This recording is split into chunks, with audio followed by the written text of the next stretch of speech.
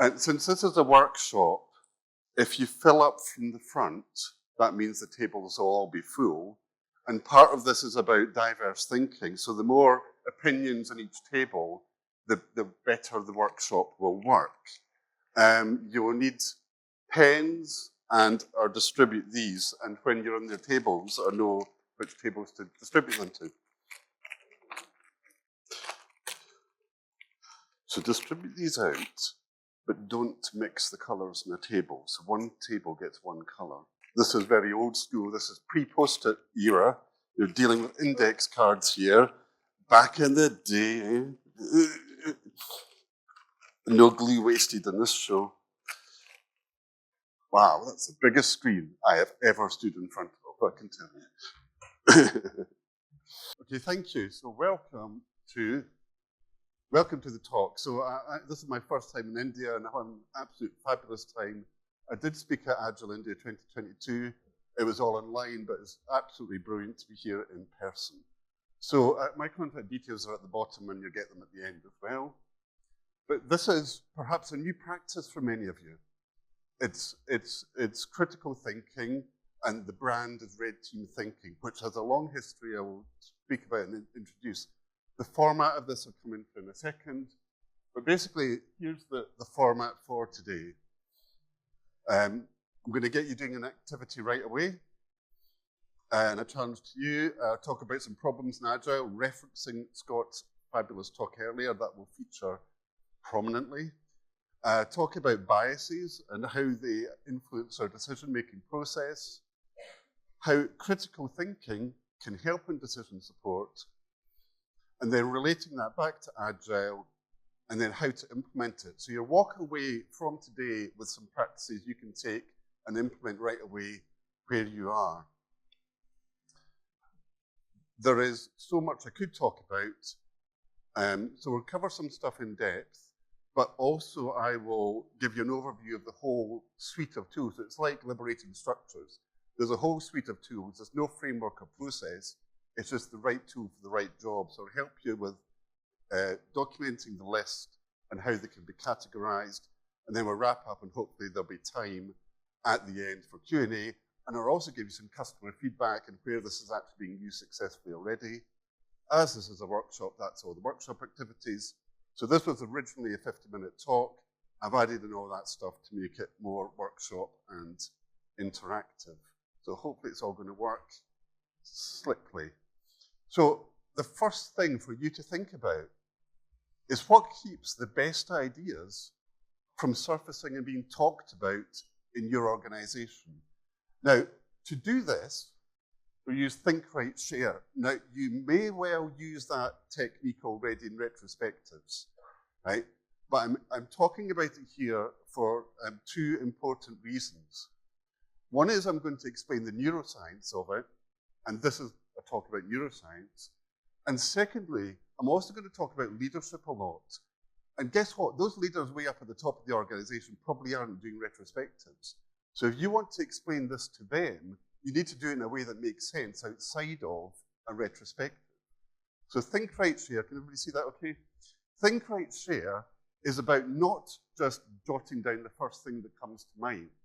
It's about taking, let's say, up to about a minute to mull it over in your head, contemplate it, and then write it down. And the reason that this neuroscience works is they've done brain scans on people to show that when they're writing things down, it activates a different part of the brain. So you're actually properly engaging system 2 thinking, as described by Daniel Kahneman. It is different thought processes. And also, if you've only got something as small as an index card, you're being forced to rationalize and compress that. So that's how it works at a neuroscience level. And the share part, well, of course, in retrospective, you then share it. What we're avoiding with that is because we're now committed, it's stopping early convergence in the first person that spoke, right?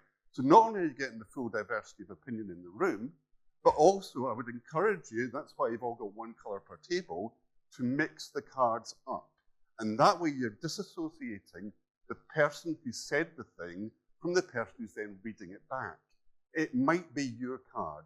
We don't care, right?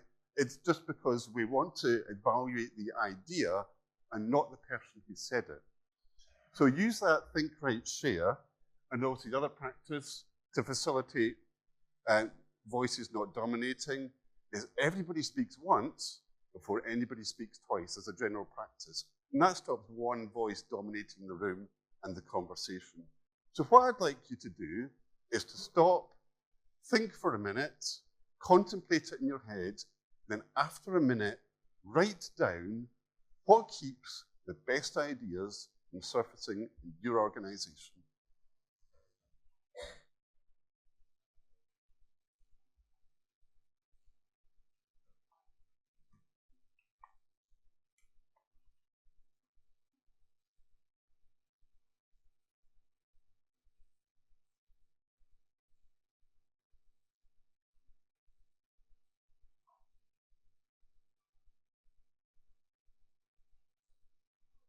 Give you another 30 seconds of thinking.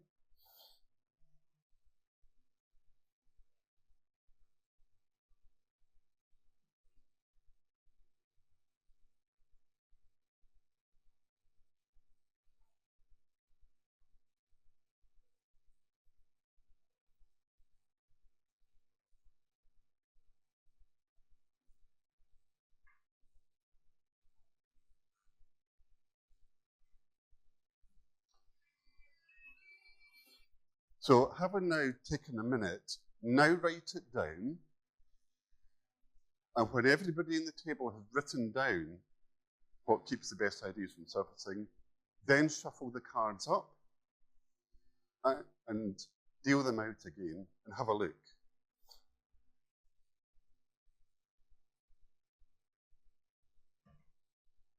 So although you might be doing this already in retrospectives, as I say, it's important to understand the neuroscience, and it's important to be able to explain that to leaders who are not doing retrospectives.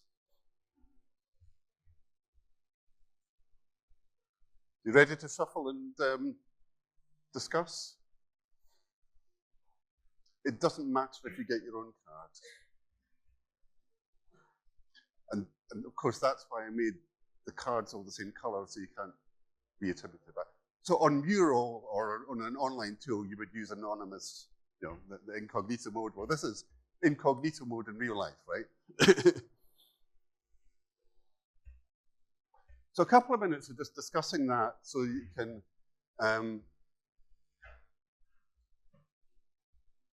get the theme of what has come out.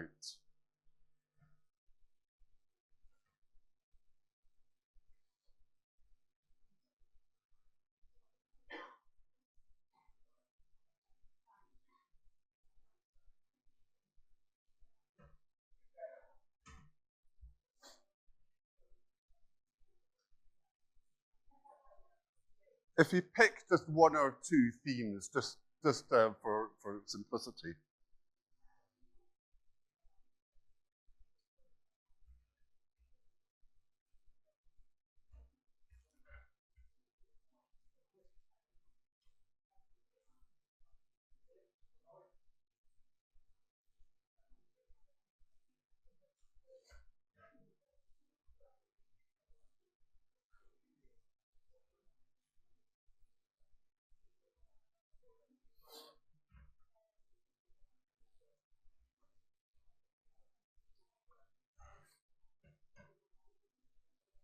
When you're ready, having discussed and summarized that, please go to ahaslides.com India, for Agile India, or scan the code. And because it would take too long to go around the whole room, you can all share and get everybody's voice. You can all join in, and I will ensure that this is started so you can start to submit your ideas. Everybody got that okay? So you can join. It's just AHA Slides India. What's that?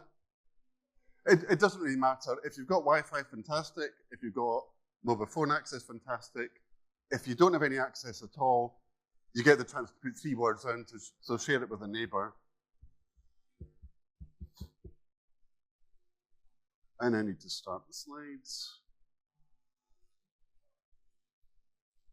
Open the submissions. So I see people typing away. Excellent, good job.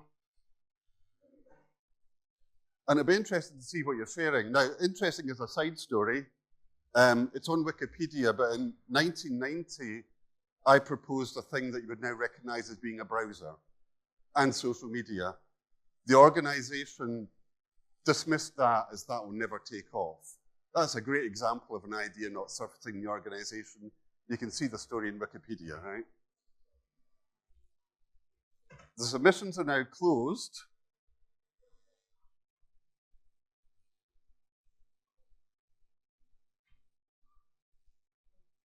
So there we go.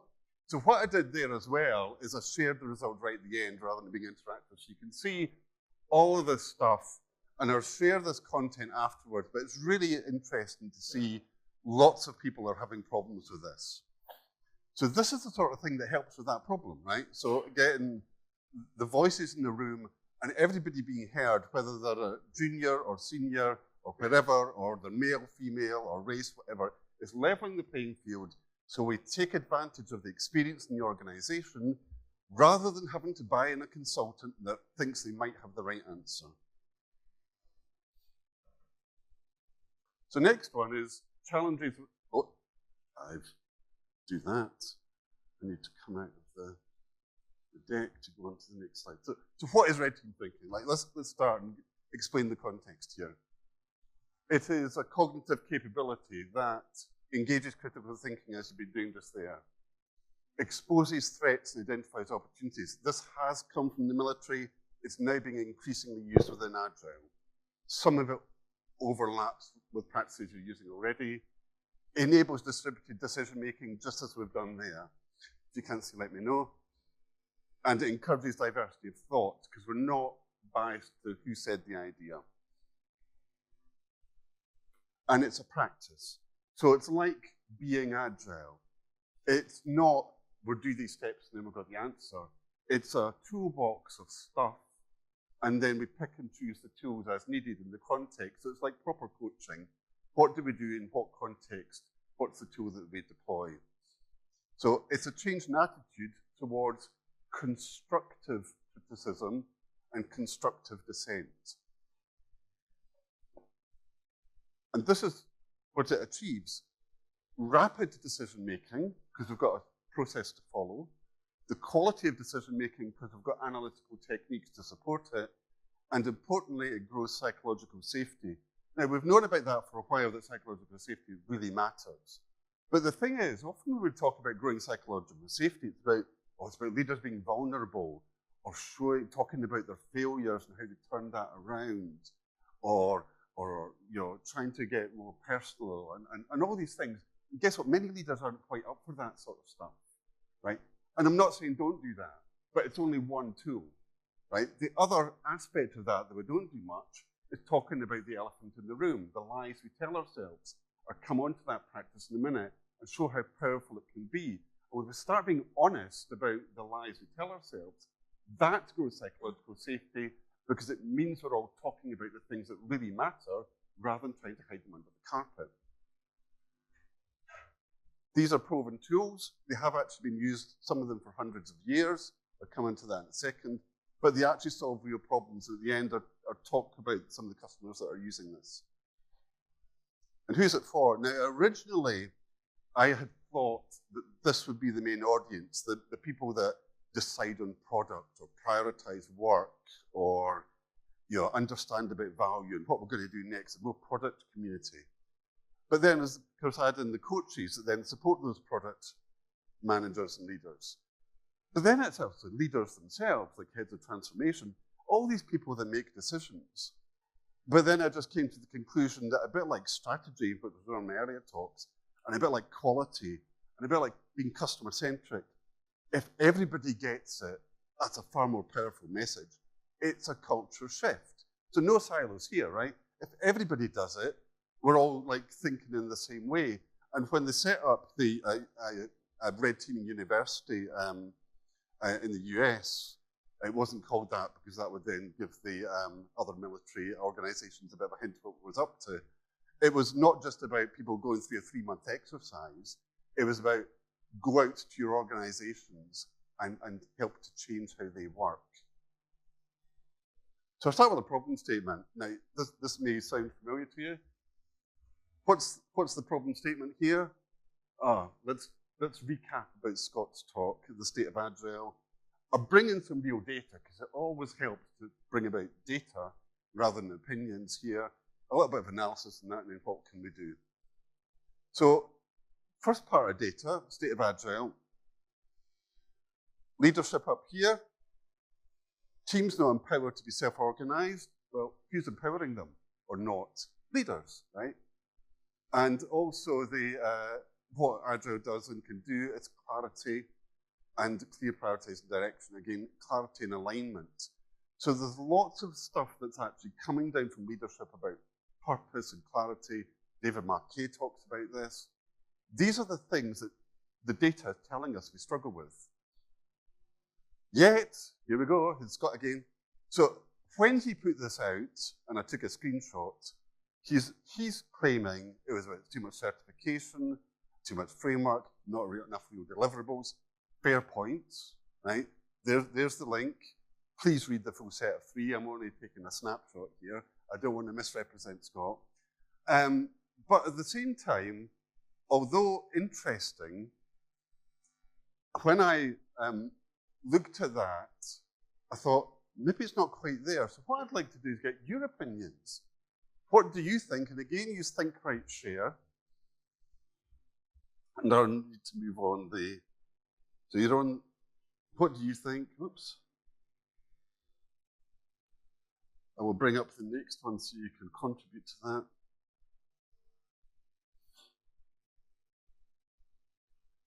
Good old tech. That was your answers before. So now, again, you can contribute and say, well, what do you think? What's your challenges with Agile? This time you don't need the cards, just do it straight on the board for speed. I can see there's at least 9 people typing, it's great.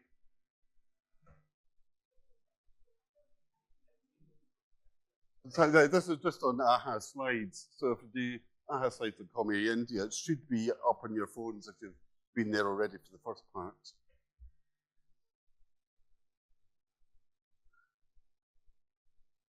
I've got 1 submission already. And see, again, what I'm doing is hiding it so the reveal at the end, so you're all contributing independently.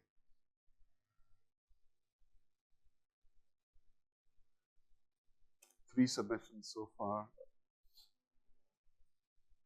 So we've got our stop when we've got to about 10 or 12 so that we've got a reasonable sample.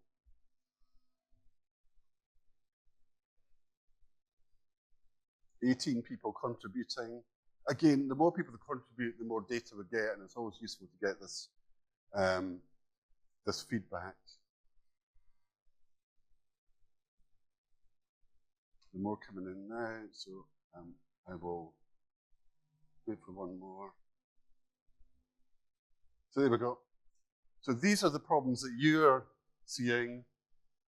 A lot of this, status quo, lack of empowerment, leadership mindset.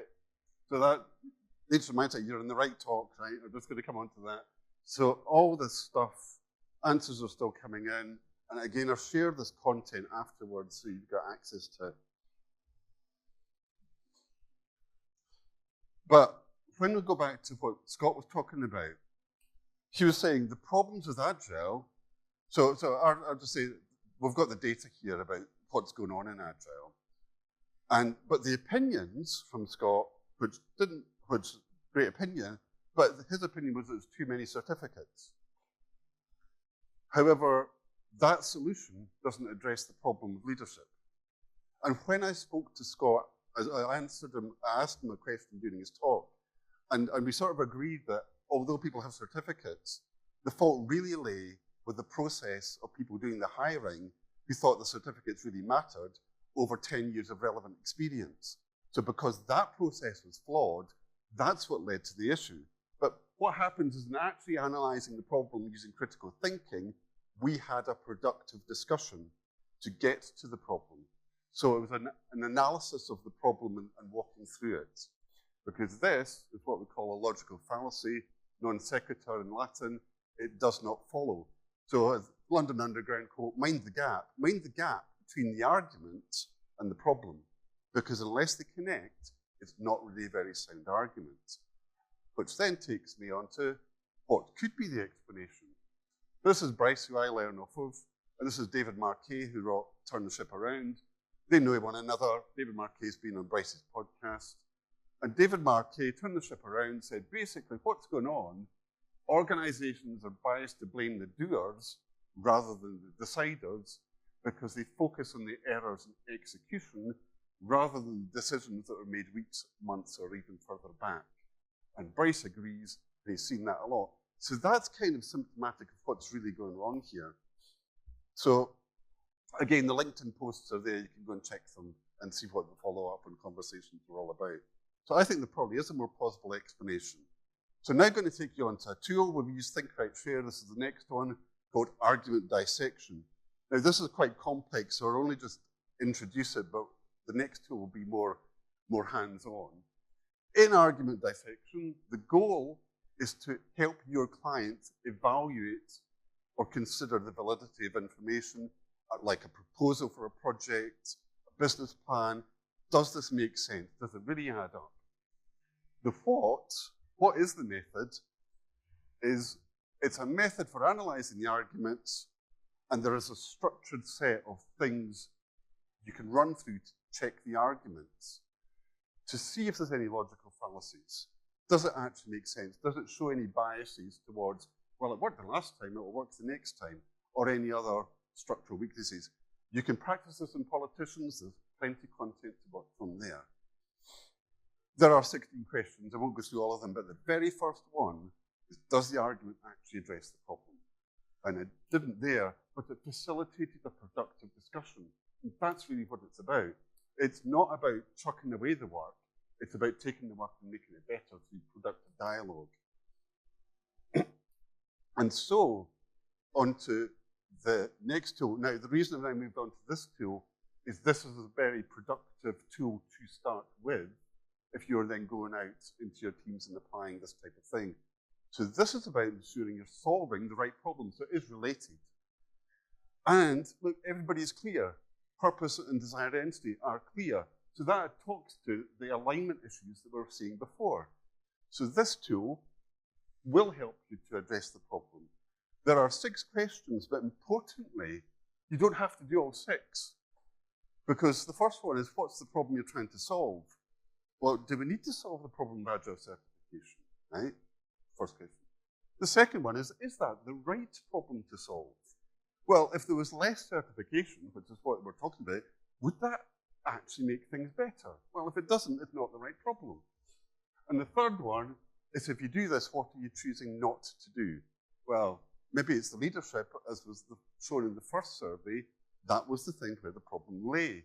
Now, the next part is as I say, the 6 questions. However, often just asking the first one, and this has happened in banks, when you've done Think, Write, Share in a bank, everybody writes it down and go, what problem we're trying to solve?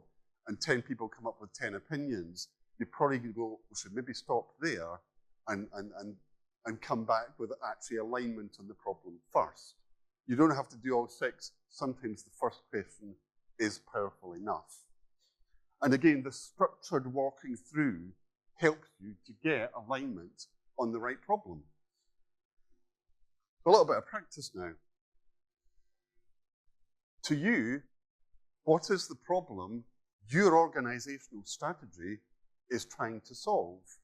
And then to think, is it the right problem? And if you do this, what are you choosing not to do? Because although you can do multiple things at once, often that leads to incompatibilities. Apple chose to prioritize privacy, right? Fine, nothing wrong with that. But because they're doing that and they're not selling customer data, their products cost more. Google makes money off of personalized advertising. So therefore, they're making money off of your data. Therefore, they sell cheaper products often. So you either choose to do one thing or the other. You can't do both. Both are successful. I'm not taking a judgment, but you can choose to only do one of them. So how about 5 minutes for you to just reflect in your groups on those first 3 questions?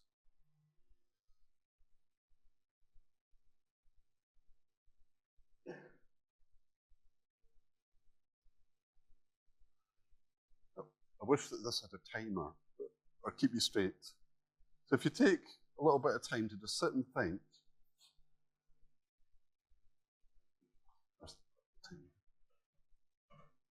even do you know? Is there clarity in the problem?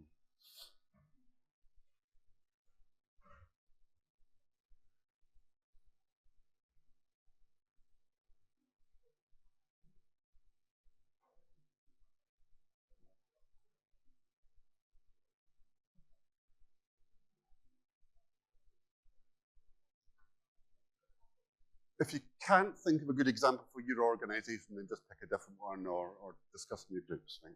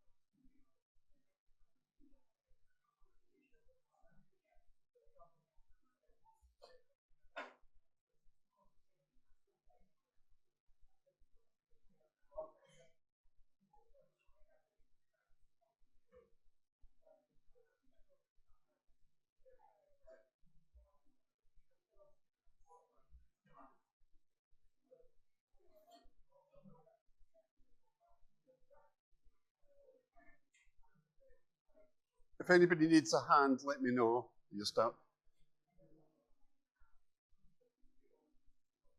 Okay.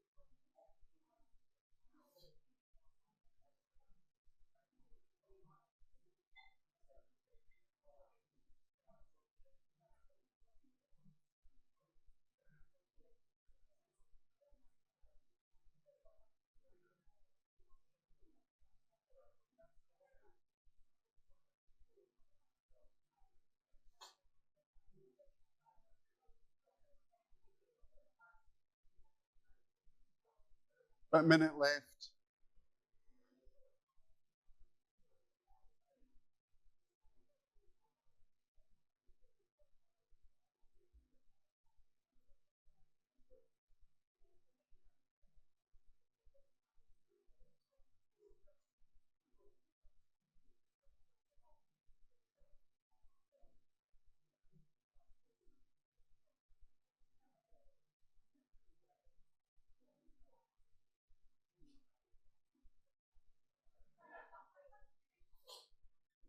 So if you finish up now, so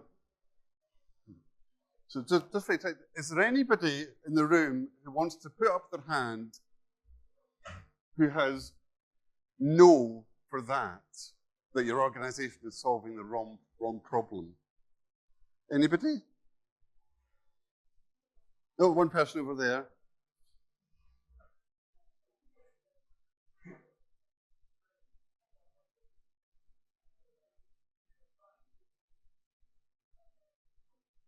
The microphone's just coming over so everybody can hear. Hang on a second.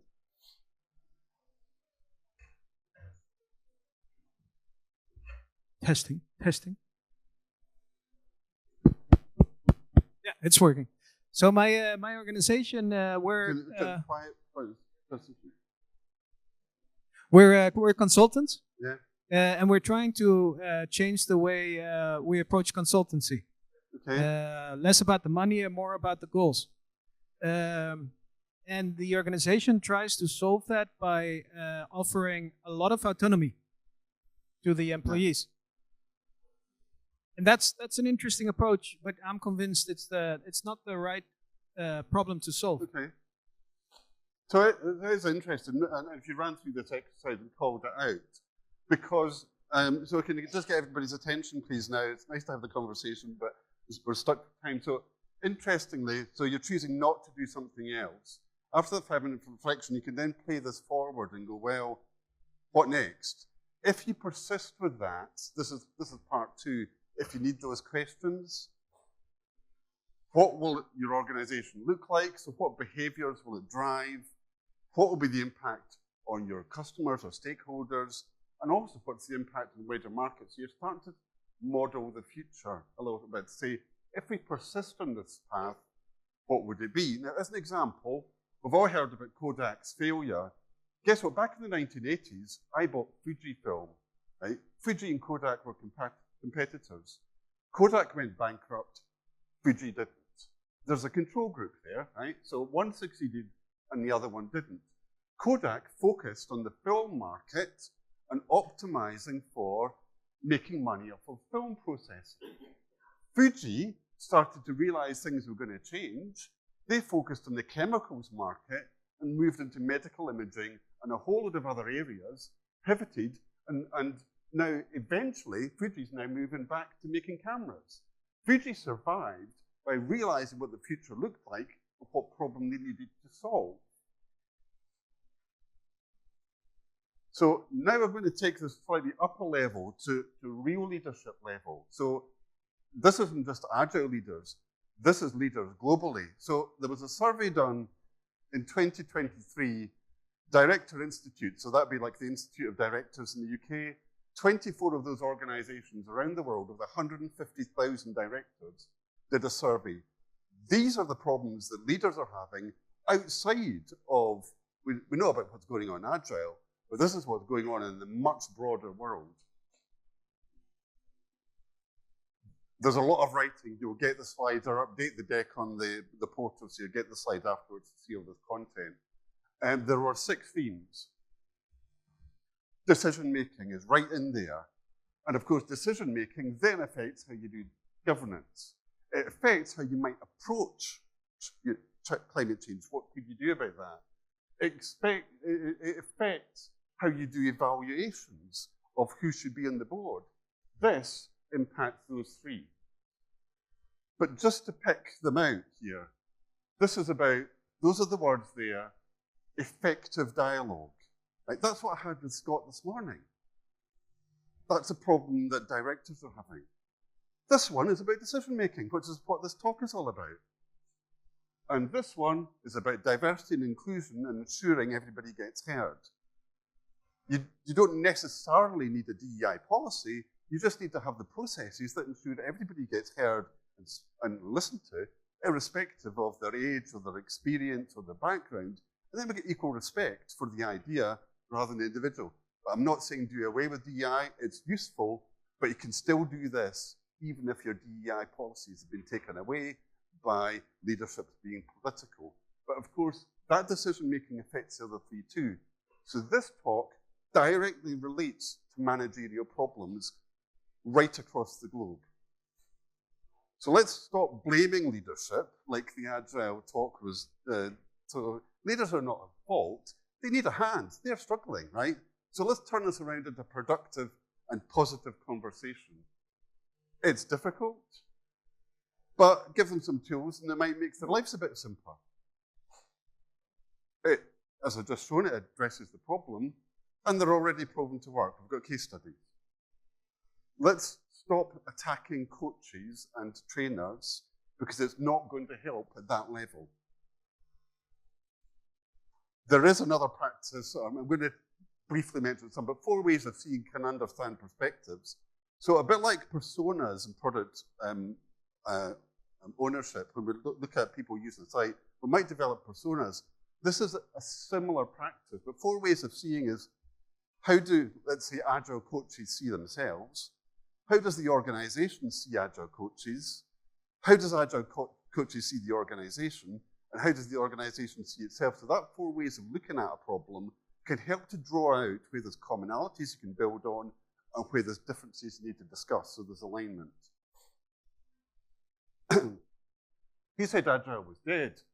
Analytical thinking is the top core skill in a report that came out only a few months ago. Agility is number 2. Again, you can check the data for yourself. Agility is not dead, it's number 2. And I'm talking about analytical thinking and leadership. So we've covered the first 3 from real data in the Future Jobs report. And where is AI? Not on the list. The previous 2 editions said analytical thinking is the top skill. 3 years in a row, independent data. They're not there to sell anything. They're just telling you what the state of the market is. Here is Marshall Goldsmith. He's a coach, not an Agile coach, an executive coach, and probably the best known in the world. Multiple best-selling books, $50,000 for a speaking engagement from this guy. He's still working in his 70s, but now finally ramping down. Multi-millionaire of coaching, probably the world's best-known coach. He has given us a quote on how important red team thinking is. If your management is not convinced, get them to read his work. He's respectable as a leadership, and sometimes that's the lever you need for leaders to kind of buy into something new. I've chucked in a few Nobel laureates just to add weight to my argument, that rather than relying on a few people, coming with their opinions, and this is the answer, this is the way, listen to me, let's use the diversity in the room. This is such a true statement, you can't possibly disagree with it, right?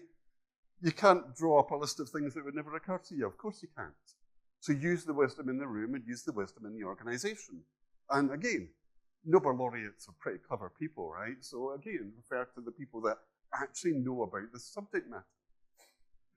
So moving on now to biases in decision-making and why this matters. Some simple maths. A bat and ball together cost $1.10. The bat costs exactly $1 more than the ball. What does the ball cost in cents?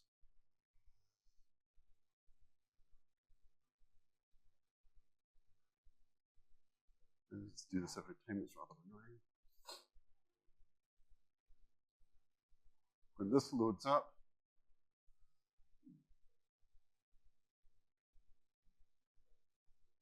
please join the code again. It should now move on. This is the countdown. Just quick answers here. I'm just trying to get. You've got 20 seconds to put down your answer.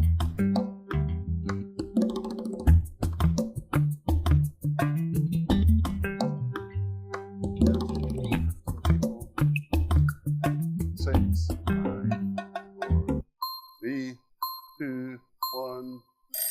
Time's up. Well done. So you all got. I probably gave you far too much time for that, right? A lot of people get this wrong.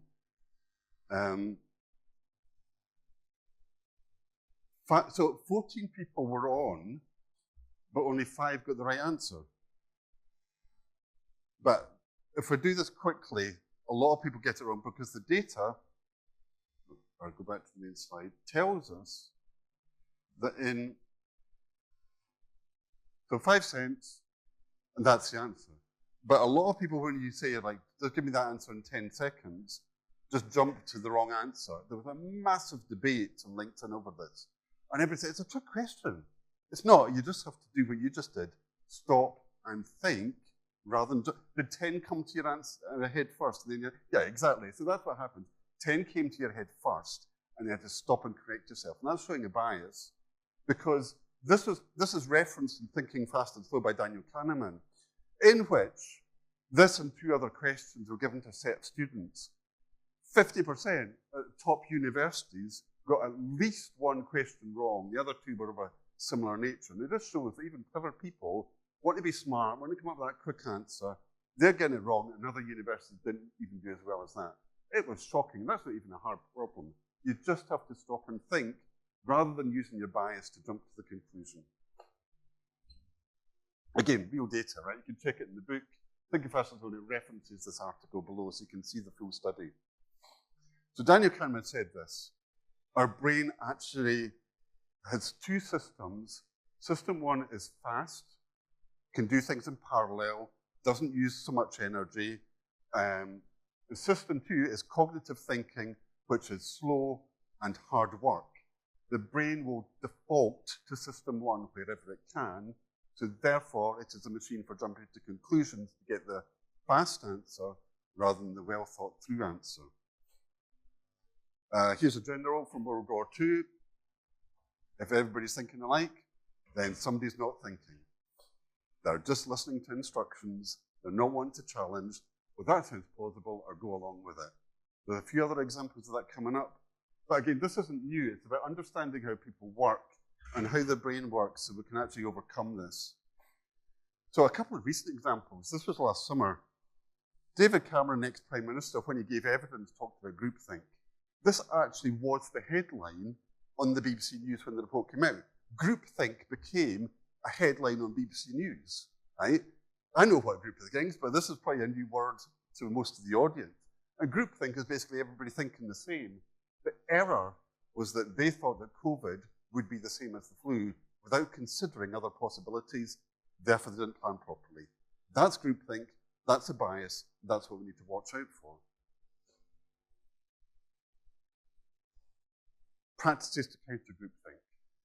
Well, I've just used think, right, share, right? So everybody comes with their own opinion. We practice that one already. Devil's advocacy. Taking a contrary position to argue it. Devil's advocacy goes back to the 16th century. It was an office set up by the Vatican to advocate the position of the devil, which was a contrary position for somebody wanting to be a sainthood. There was too many applications for sainthood. So they actually employed critical thinking to say, is there a logical explanation for this miracle? And lo and behold, the application for sainthood then went down. It did its job, right?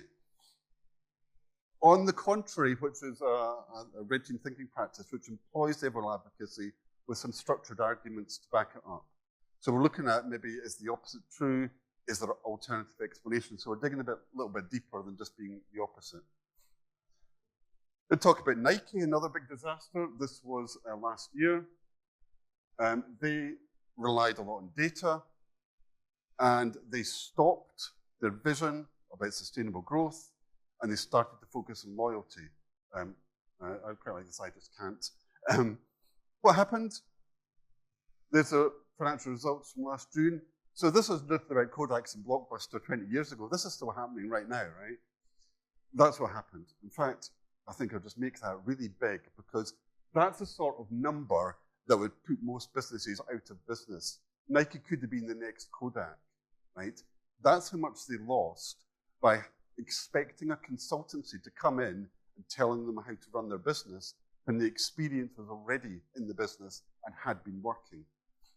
They outsource thinking, so that's a good motto. Don't trust your thinking to someone else. When the knowledge is in the room, it's not only less expensive in terms of mistakes, but I'm sure McKinsey and others cost a lot of money as well. So you're literally shedding money to get things wrong. So a few other examples. We talked about Nike and COVID. There's the usual suspects. I used to work for these guys. At one point, Digital was the world's second biggest computer company. They pioneered networking. They were second only to IBM. They kind of were successful for decades. And then they got bought by Compaq, despite dismissing the PC. How ironic. They got bought by a PC company, and then Compaq didn't know what to do with DEC, and Compaq got bought by HP. So all these companies died from self-inflicted disasters. That's the issue. It wasn't necessarily the competition putting them out of business. It was their decisions that put them out of business. So as I looked at critical thinking and decision support. So a little bit of history. I just mentioned how the Devil's Advocate came about in 1587 from Pope Sixtus V, which is a nice tongue twister. And then it was adopted. The reason it's called red teaming is at the time of the Prussian Napoleonic Wars, the Prussians who played in Prussian blue wanted to simulate what the Napoleonic army would do. So they set themselves up as the opposing team, played in red, did wargaming and tabletop simulations. That's where the term red teaming comes from, because it's the colors of the Napoleonic army. They used Kriegsspiel or war games in German. In Israel, they used the Yom Kippur War. This Ibta Mistabra means on the contrary. So the 10th man principle is if 9 people agree, the 10th person has to come up with a plausible alternative to be considered. And that was then used in World War Z by Brad Pitt as the example of how the Israelis fought the zombies, right? So it comes up in all sorts of places, but it's a real practice as used by them in the 70s. But really importantly for what's happening right now is the day after 9/11, on the 12th of September, the director of the CIA set up the Red Cell to understand why America did not see this coming. This is where red team thinking really takes the serious mainstream as core thinking. And it did so right up until the last days of the Trump government version 1, because Trump didn't like it. This is your strategic weapon, guys. And so that was set up as the red cell, and then things went from there. Now, important, the military use red team thinking, but of course they get overridden by politicians. So when things go along in the military battlefield, it's not necessarily the military that made the mistake, it's the politicians looking to get re-elected that told them what to do, because it's their decision ultimately. So what have I done with this? Well, I started talking about strategy in 2019. In fact, I did that same talk with Agile India in 2022. As COVID was breaking and I was learning about red team thinking, we were in Whitehall doing a scenario modeling exercise on how could the pandemic unfold. None of us are virologists in the room here, are all from different backgrounds. I used to be a programmer. In that, we did pre-mortem, which is like post-mortem, but nobody had to die first. So you're imagining a failure scenario. You're then working backwards in that failure scenario. I imagined economic collapse, which didn't quite happen. But the preceding steps, one of the preceding steps was there's a second strain of the virus, and it's worse than the first, and there's a second lockdown. I had no experience in virology whatsoever, yet I came up with a scenario that actually happened. Therefore, that foresight would have been useful had somebody paid attention to it. And that's the value of this, that even not being an expert, I still came up with an answer. That's how powerful these tools are. We also used them in Agile 20 Reflect that Scott mentioned, in which we looked at funding models for this global conference of 800 events across the world. And we decided as the red team not to take sponsorship, because that would give the sponsor too much weight. Therefore, it became a free festival, and no sponsor was able to command the voice of 800 events across the festival. So that was us turning down lots of money, which could have been the easy choice. We took the difficult choice and it proved successful. We had over 30,000 people attending events connected with the festival. I've also given talks at Napier University, guest lectures on that. And last summer we did an exercise for the NHS and the Scottish Government on COVID recovery. So let's now connect this to leadership. One growth area certainly in Agile is product ops. Melissa Perry talks about it. I'll come to her book in a second. And just to show some key quotes about that and how it aligns to critical thinking. Now, there's a lot of content here, but what I did is I went onto Kindle, I looked at the top areas that people were highlighting and what they found interesting. And this one is about the quality of decision making. That's one of the top thinkings. Product ops is about the quality of decision making. The next one is about strategic decision making. And the next one is about supporting the people that make the decisions. So product ops is not about making decisions, it's about facilitating the information to give to the people who make decisions so that better decisions are then made. So you can see how critical thinking really aligns strongly to product ops. Compatible, it's about decision making, it's about the right decisions and the right information, and it's about supporting the process rather than doing anybody out of a job. It's about the leaders who make the decisions still being the ones that make the decisions, but it's about giving them better information to help them decide. And again, it's about productive conversations so leaders are more effective. We do live in a world where there's now lots of data and lots of analytics, but we saw with the Nike and also New Coke, that disaster, they did lots of research, it turned out to be a failure.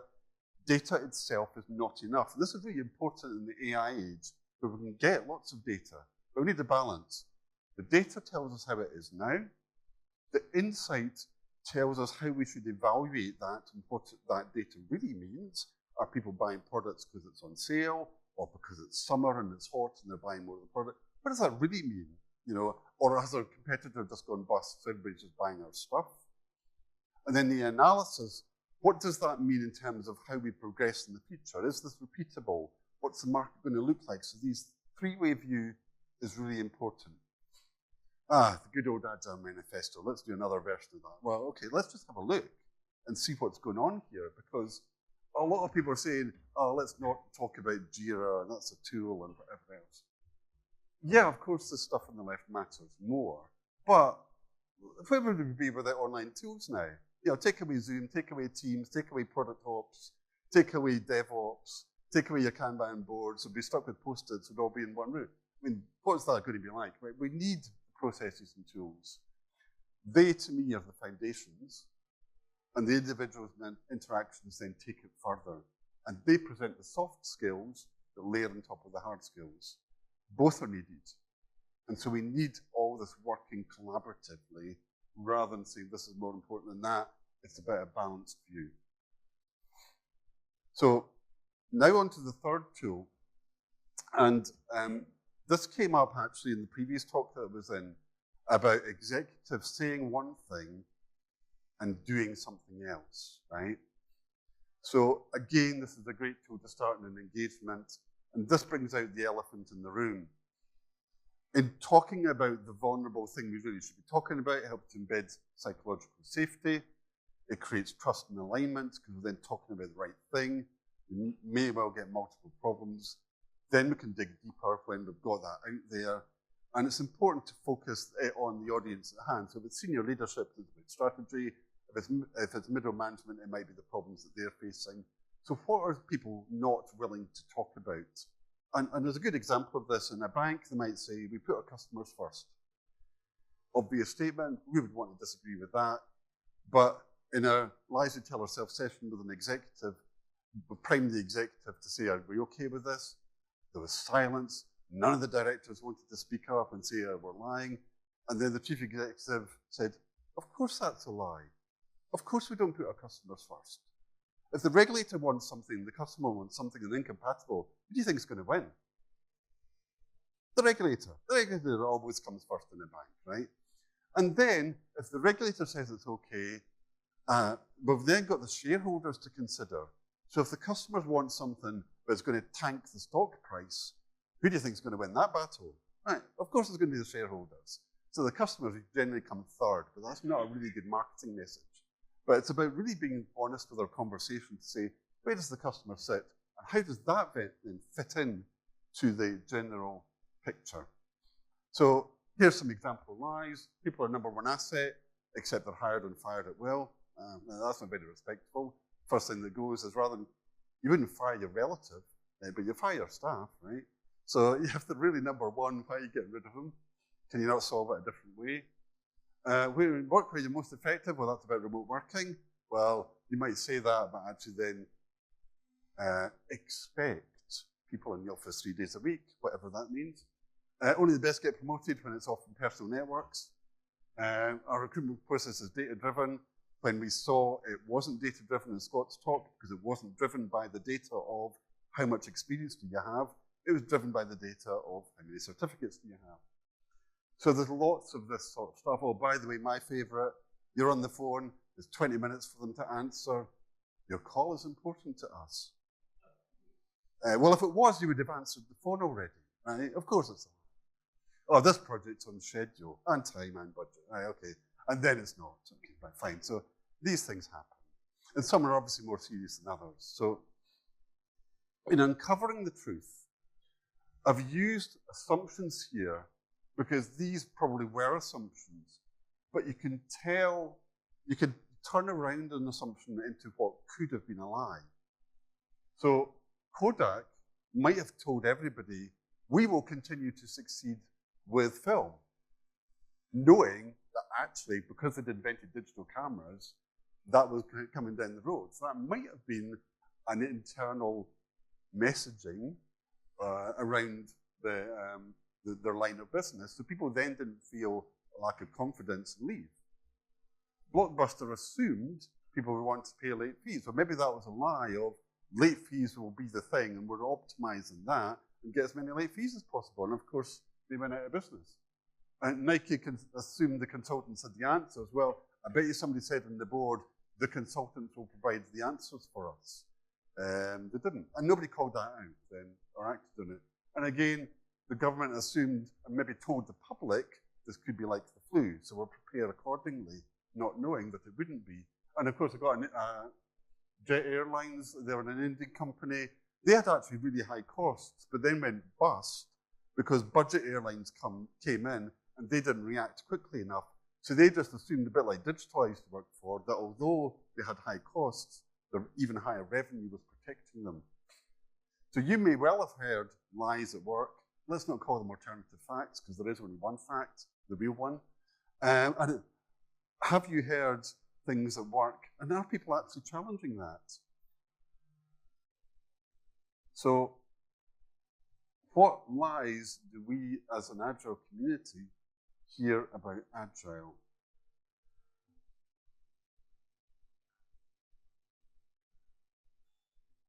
I will move on to the next one.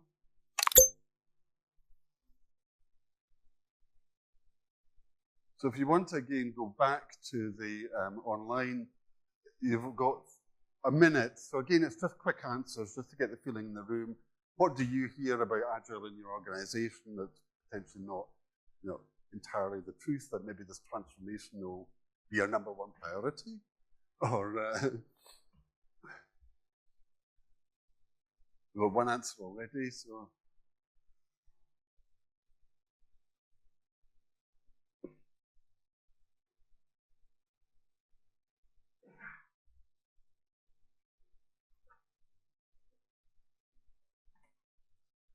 $20 left. So if you put whatever you've got, it doesn't really matter. It's just to get a sense of what's going on.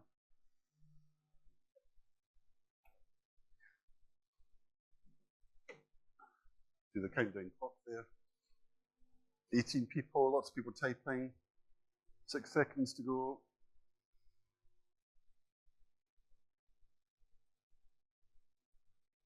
There we go. Wow, there's a good one. Agile is dead. Well, I just told you it wasn't, right? I had real data, right? Excellent. Let's stop talking about Agile dead, because then it might become a self-fulfilling prophecy. And it's a process. And all this stuff, right? Loads of stuff, right? We follow true Agile. I don't know what that is exactly, but yeah. Again, one of the other things I see is a framework will be the answer. So we'll get safe in. And in some circumstances, it can be the next most logical move, but in many others, it might not be because it's too prescriptive. In an organization I worked in, they did 3-month rolling planning rather than 3 months at a time. And that meant we were doing incremental planning, which is surely more agile. But SAFe would never do that because it conflicts with their core way of working.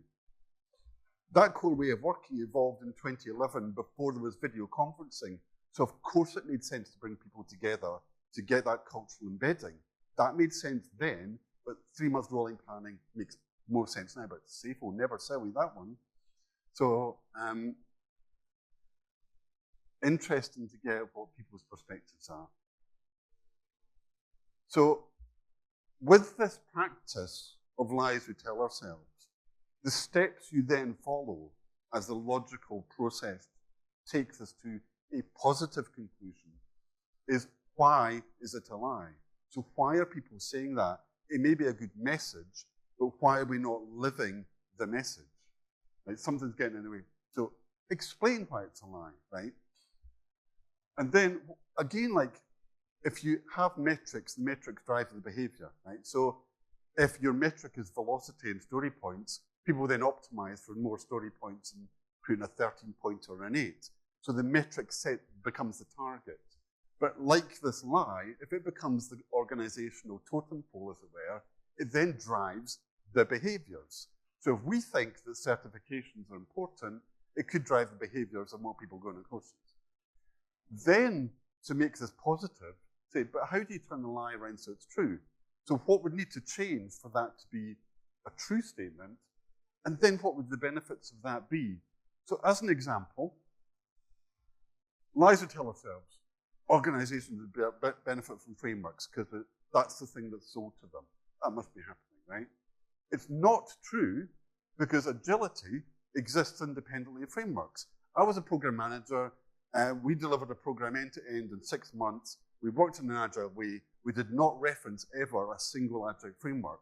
We had the right people in the room to make the right decisions speedily with the empowerment to do so, and they were leaders. So we're doing it entirely at the leadership level. We could turn things around quickly.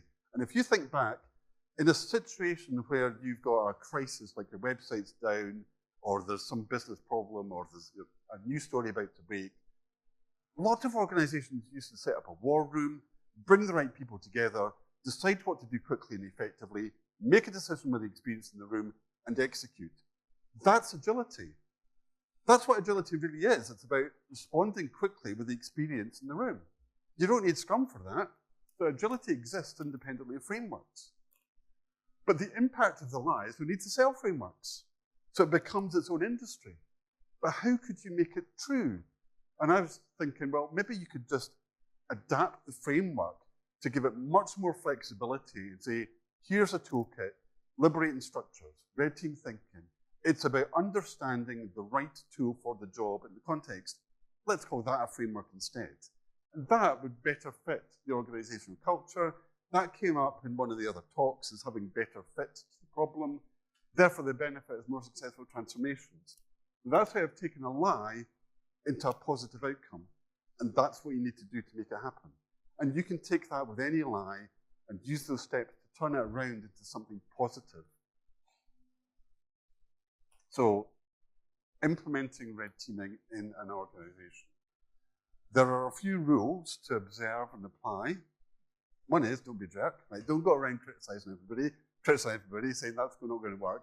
I know that. No, nothing like that. It's about constructive consent and not trying to be the biggest brain in the room that people then just don't want to work with. It's about being the helpful person who is asked to help and support, because the top cover is essential. That means that a leader above you says, it's okay for me to do this.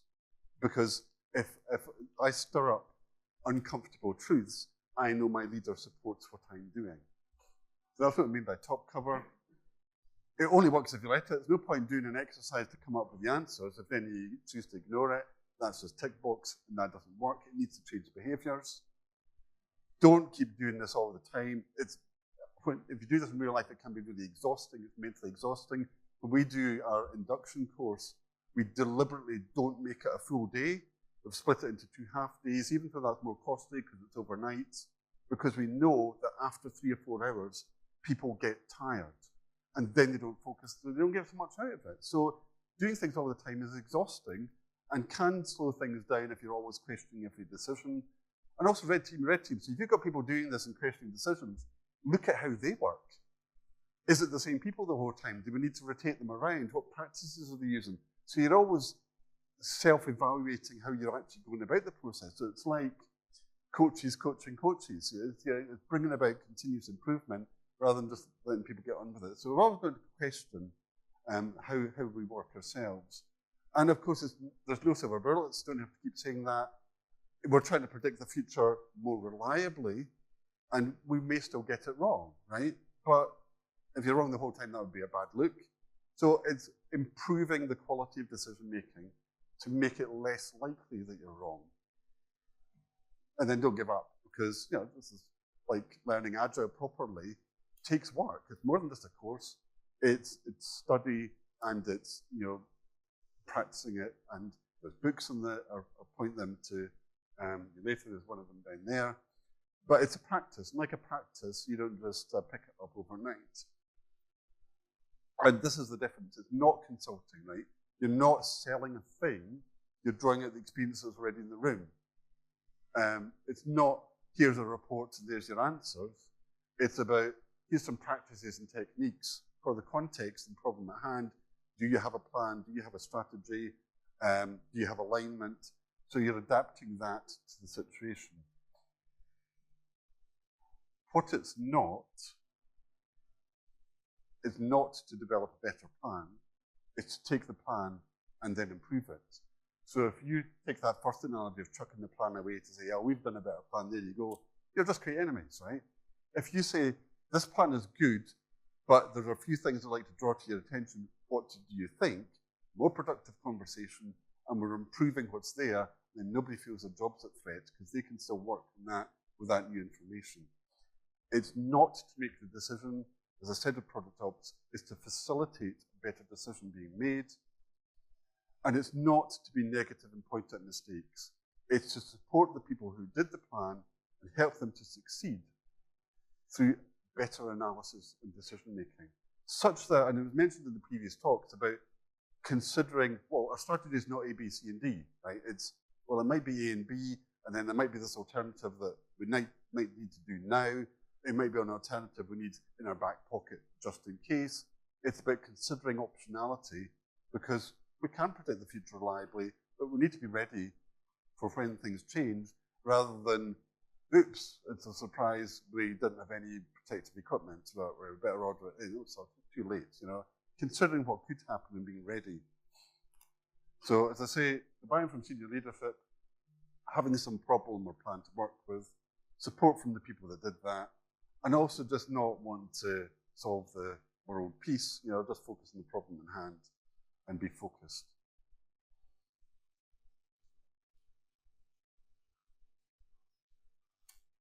A quick overview of the tools.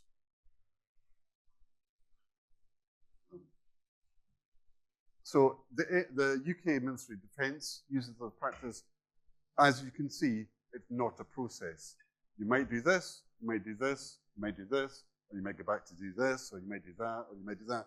It's about adapting to the context in hand. And that's how they classify the tools: analytic tools, imaginative tools, and contrarian tools.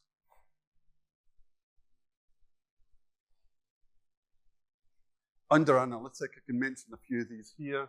6 strategic questions we've already done. Assumptions challenge is quite an in-depth thing, which we wouldn't have time to do here, but that's looking at a plan. What assumptions were stated and unstated? Like, is it explicitly in the plan, or would something need to happen to make that true? And then what we do, typically you'll find about 50 assumptions in the plan, because I've done this many times, and then there's a filtering process to bring out the ones to talk about. An alternative futures analysis to consider, like, well, imagine like a risk analysis. If this happens and that happens, what's the effect of that? Or if that happens and this happens. So you're kind of modeling how risks interplay, because as we see from disasters on TV, there's usually a sequence of events, not just one thing in isolation. So this looks at modeling how the plan could unfold in different directions, depending on scenarios. The imaginative pre-mortem I've talked about is like saying, imagine a future in which there's failure, then work backwards. That was devised by Dr. Gary Klein, who designed the White House Situation Room after 9/11, because it was found to be an ineffective place for decision making. That's his one, and it changes the mindset, because people don't want to talk about failure. But when you make failure the scenario, then work backwards, you actually find you're maybe closer to that than you would think, because you're already stepping down that road. This is about modeling stakeholder behavior. And this is about taking a potential future event. We've heard about like black swans. Well, Swan Dive is about imagining a future scenario and saying, well, if that scenario was to unfold, what would then be the effects of that? Right? So now we've considered that, then we're backwards to say, what would be the preceding factors that would lead to that scenario? So you build up a network map of all the potential preceding events, all the potential events that could occur. Some might be great, some might not be great. And then you're looking at commonalities to then plow through that to see how it could all unfold. Contrarian, you've heard about devil's advocate, we've talked about this, but this is an enhanced version in which you're taking a plan and then enhancing it by passing it to a different team to say how would you improve that plan, and then passing to another team to say where are the weaknesses, and then taking that and passing it back to the first team, and then say, well, what do you think? And often that comes back as a much better plan because you've had two additional perspectives on it.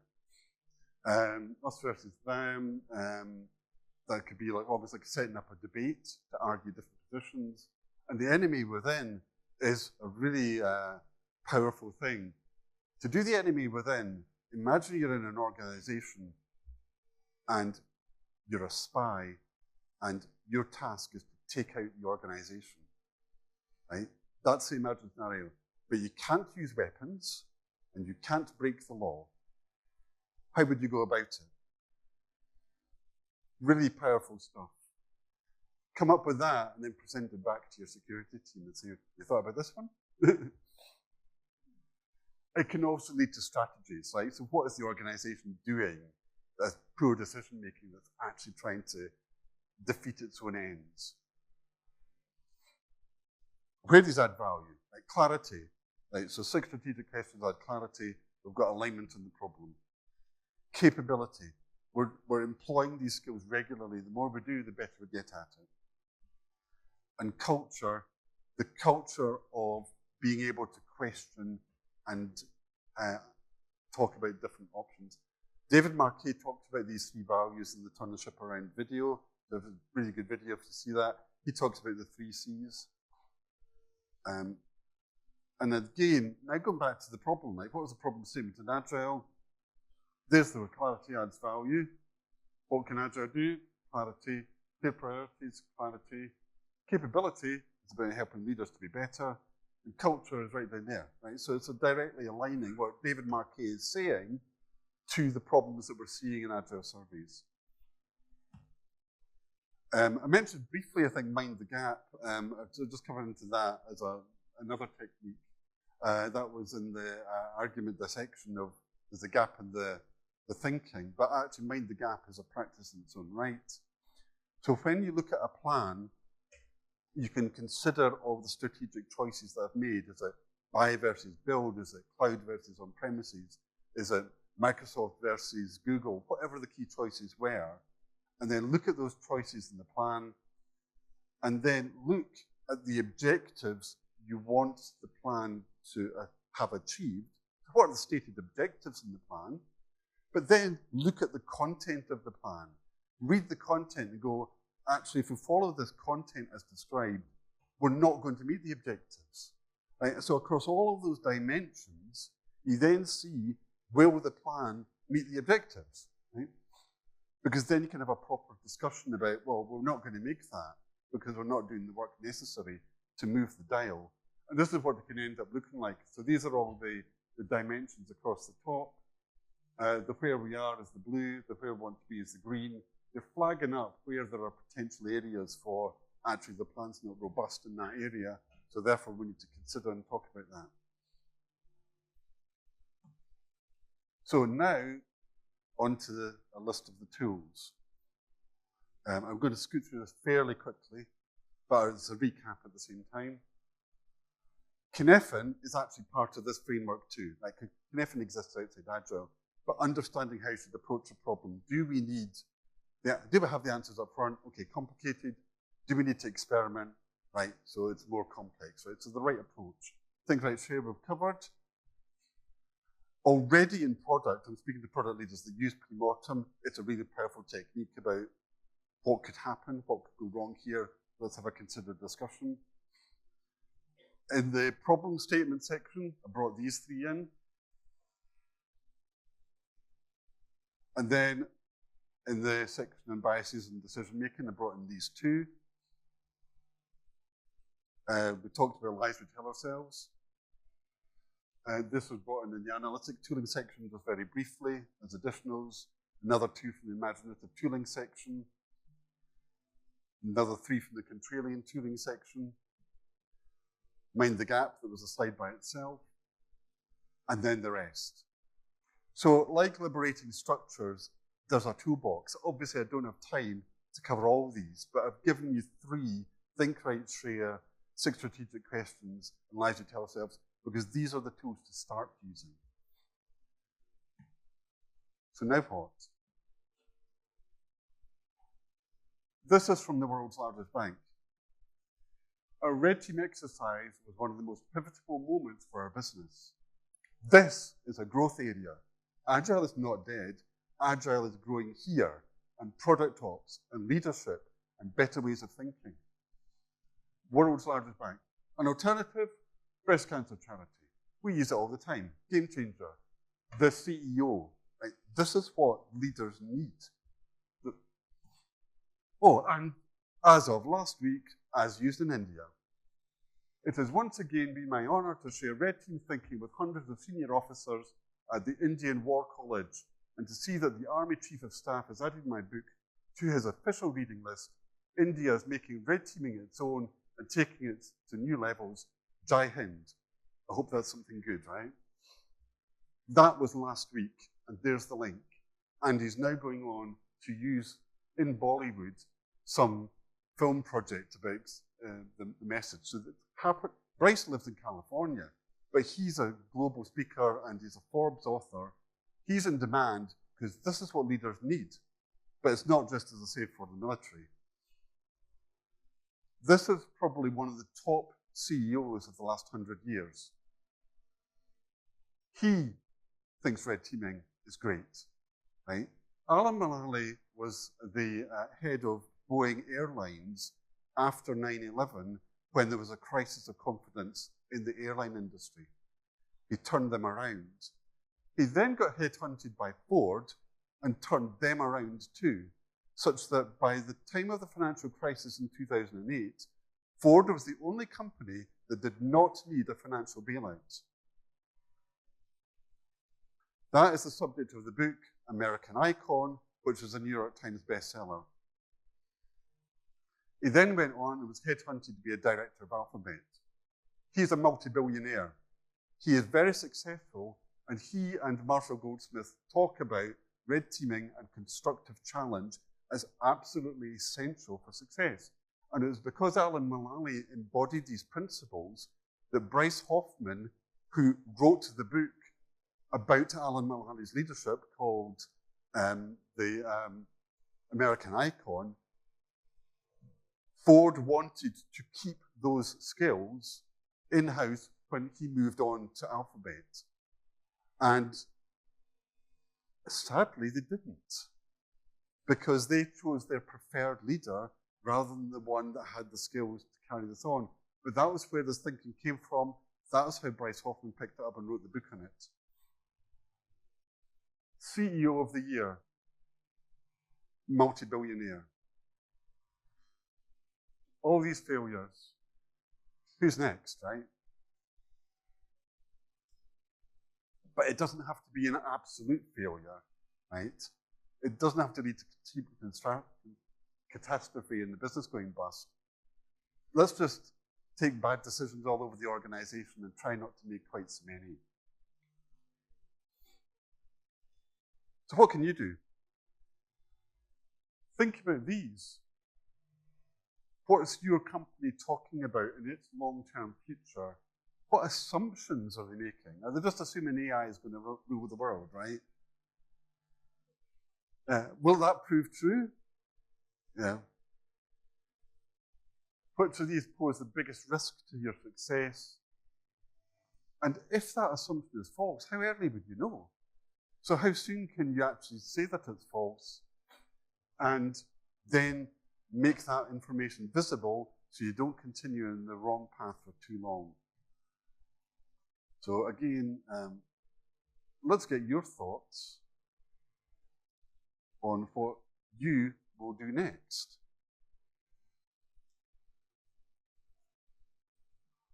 Do think, right, share. You don't have to just type in as soon as this comes up, but it's really good for you to consider your thoughts and what you'll do next and then put them on the thing.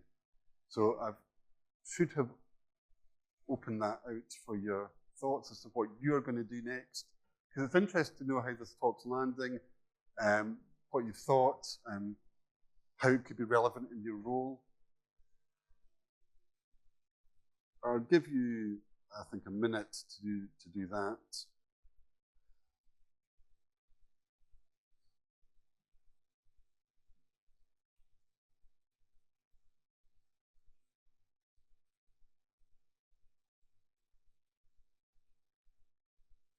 $11 people on, 3 people typed already, so take your time. There's about 50 seconds left. Again, it's just like quick answers.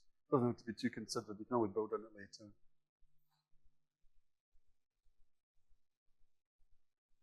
Nine people so far.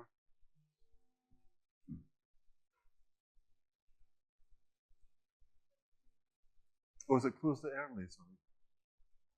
I'll open it again.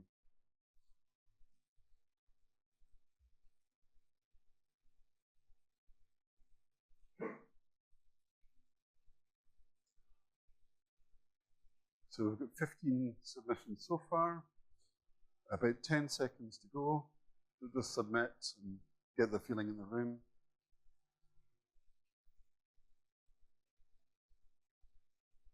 And that's it. So I've stopped that, it's closed it now. Show the results, what you're going to do next. Drink beer. Excellent. So try it out, review, reflect. Again, it's great to get that spread. I mean, it might not be for everybody in every situation, but that spread of feeling of don't outsource thinking, thank you for remembering that. Work and rise to tell us that. There's lots of practical stuff you can do. I've given you a big tool set and I've given you experience of 3. So thank you very much for that. And there's the tool set so far. Who wants to take a picture?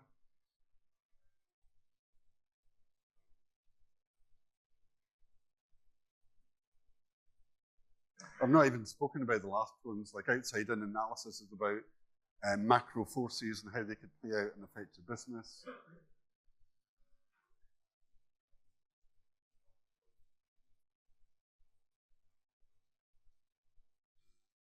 There's some books. Again, you get the slide deck, so you don't, but there's lots of people writing about this. The logic of failure and how we get things wrong, that's the Red Teaming book. This is David Marquez, you probably heard him ship around. How he turned around a submarine, which is a critical environment that people have died on, in 8 months, with legacy technology and everything was bespoke with that, just like a bank, but he did in 8 months, and bank takes 5 years. It's about leadership. That's what made the difference. This is about a chap that's actually in the group that I'm working in on Red Team Thinking, who actually planned the Iraq War. So these are the company and people that I learn off of. Now, of course, that didn't necessarily turn out well, but that's the example of military advising, and there's the evidence, but politicians then overriding the decision. He was director of the Red Team School that got wound up by Trump. And then, of course, product officer by Melissa Perry. So, thank you. There's my contact details. And recently won our top 50 Thought Leadership and Product Management Award. There's the contact information and another Nobel laureate coming in at the last minute there. He probably wasn't this century, so he might have been a bit older than that. Again, this isn't new. But what I can do now is questions and feedback. So if you want to ask a question, or you want to just provide feedback on the talk, I'm open to, I think we've got about 5 minutes left. Yeah, so any questions? Feel free to put your questions up, because that's what we've covered, and those are the 3 tools that you've used today. Hello. Hi. We saw a lot of tools today. Yeah. That helps with decision probably in the right way. Yeah. How does it compare with making decisions at pace? Because that's an area most people struggle with, or most organizations struggle with. Spending a lot of time on the decision space itself. So making decisions at pace. Well, certainly the thing is, when I've done this in real life, and I've done this actually as a training session, we've taken a modeled plan, we've run through it, and within the space of a couple of hours or more, we've come out and called out the experience in the room, has called out like 50 assumptions. We then use a filter to go, well, what ones are most likely to prove true, what ones have the most impact to prove true, and what ones can we do something about. So within a couple of hours, we've actually got a set of stuff we can then discuss. Right? It does, I mean, considering the previous approach might be to go off and study the plan and then work it through and analyze in great detail, that might take days or weeks. This is accelerating that into maybe hours. I mean, you could obviously take longer if you wanted to, but then the next process is, well, with these things then being called out, take it back to the planners and say, what do we do about that? And that's back to them. Thank you. Hi. So I am an architect at my organization. My question is, can these tools be applied by themselves in specific situations? So for example, Think Right Share is something that I could extensively use with engineering teams. Lies We Tell Ourselves is something I could use with the leadership. But are these can they be applied individually, and are they effective? I do see some of these tools being super helpful in my job as I drive consensus, conversations, all that. So I think setting up a red team is like a big ask, and the whole process. So I just want to understand, can these be applied in bits and pieces? Oh, yeah. So the 2 parts to the thing. The concept of the red team as a different group, that's how the military used. So I'm now talking about red team thinking, which is a practice. That doesn't necessarily mean it's a different group. It's a thing that you just do in your teams because it's a useful thing to do. The issue with having it as a separate team is they can almost become a target. They need their own funding. It didn't work so well in organizations, right? So having it as a practice means you stop using a red team and you start employing the critical thinking practices in existing teams. And as a tool set, as I said, typically things like Lies We Tell Ourselves and 6 Strategic Questions are great openers to get alignment on thing. But then where you go from that depends on what you find, right? And as I tried to show from the military, it's like, well, you can go backwards and forwards, you try stuff. It depends what turns up. And it's flexible. It's like Agile coaching. Well, should we do story mapping, or should we do, this or that? It's like you look at the context and you go, well, maybe we're having an issue with stakeholders, right? So let's do some stakeholder mapping, some influencer engineering. Let's look at who the stakeholders are, how disruptive they can be, who's fully on our side and who's not, and then focus on the ones that are slightly against us, because the ones that are really against us are not going to change their minds. But if you've identified the ones that are slightly against you, that's where you spend your time. You convert them to maybe being neutral, which then makes the ones that are more opposed more isolated, and then they might move. So it depends on the problem you've got in front of you. Thank you.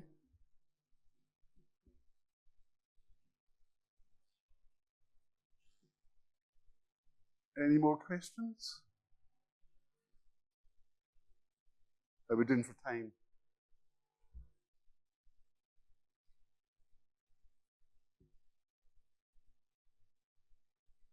Hi. So we spoke about 3 sections: the strategic one, imaginative, and collaborative, right? And you showed a correlation between the 3, right? Yeah. So I was just thinking, like, if there is a correlation between the first and the third, you are doing, like, basically you said you can be a devil's advocate, right? So when you go from first to third, you kind of sort of end up in a loop. And what is the crossing that, or what is the point that you can consider to exit out of that loop? Well, I mean, they say this is how the MOD classify it, and they've just divided the tools into those three things. But as I say, you can stop at any point when you feel you've got valuable information, right? That is just simply showing that it's not do step one, do step two, do step three, and there's your answer. It's about saying, here's a set of tools, here's how they're classified, and demonstrating it as not a process. It is about flexibility and using the right tool in the circumstances. They've just classified the tools along those three lines to help understanding what types of tools are available. So to say, well, maybe we need to look at this a different way. Let's look at the contrarian tools and see what we've got, and then decide which one is most appropriate here. And then when you present this back to the person with the problem, you're then saying, well, is that enough, or do we need to kind of reconsider that in a different way? Is that giving you what you need?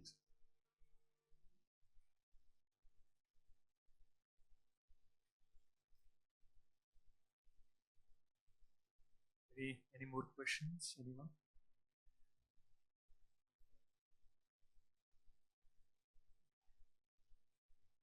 No, okay. Thank you. Thanks, Thank Craig. you. That was wonderful. Thank you.